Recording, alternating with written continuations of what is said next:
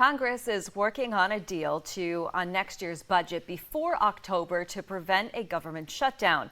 But a handful of House Republicans say they're not afraid of a government shutdown, demanding that Congress cuts even more to government spending. WENY Washington correspondent Rachel Knapp joins us live from the U.S. Capitol this evening. Rachel.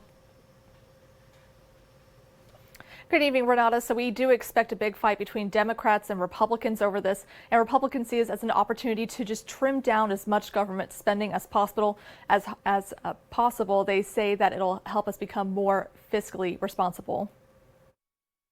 Back in January, when this new Congress formed, when we voted in a speaker, there was an agreement to go back to pre-COVID level spending for non-defense discretionary spending. Congressional members in the House Freedom Caucus, a far-right Republican group, say the debt ceiling deal reached by Speaker of the House Kevin McCarthy and President Biden doesn't do enough spending cuts. They're looking to claw back around $115 million within appropriations bills. Recently, the House voted to approve Republican amendments to a spending bill that would instruct defense officials to roll back policies that provide support to service members who travel out of state to get an abortion and that fund diversity, equity, and inclusion programs. They also prohibited specialized health care services for transgender troops.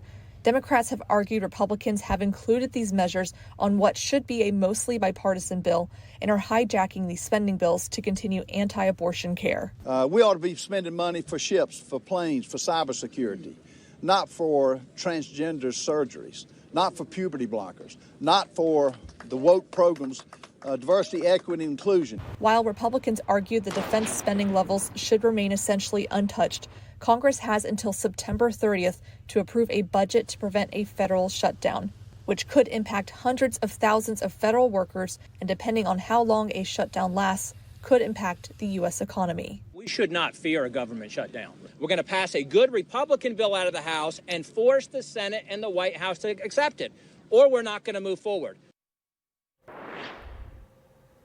Renata, some of those Republicans that you just heard from, they don't believe that this will end in a government shutdown. What they do believe is that if there is no final resolution to this, that Congress will just pass a so-called continuing resolution, which is like a temporary fix, just to keep the government funding for now until Congress can come to an agreement and pass a budget.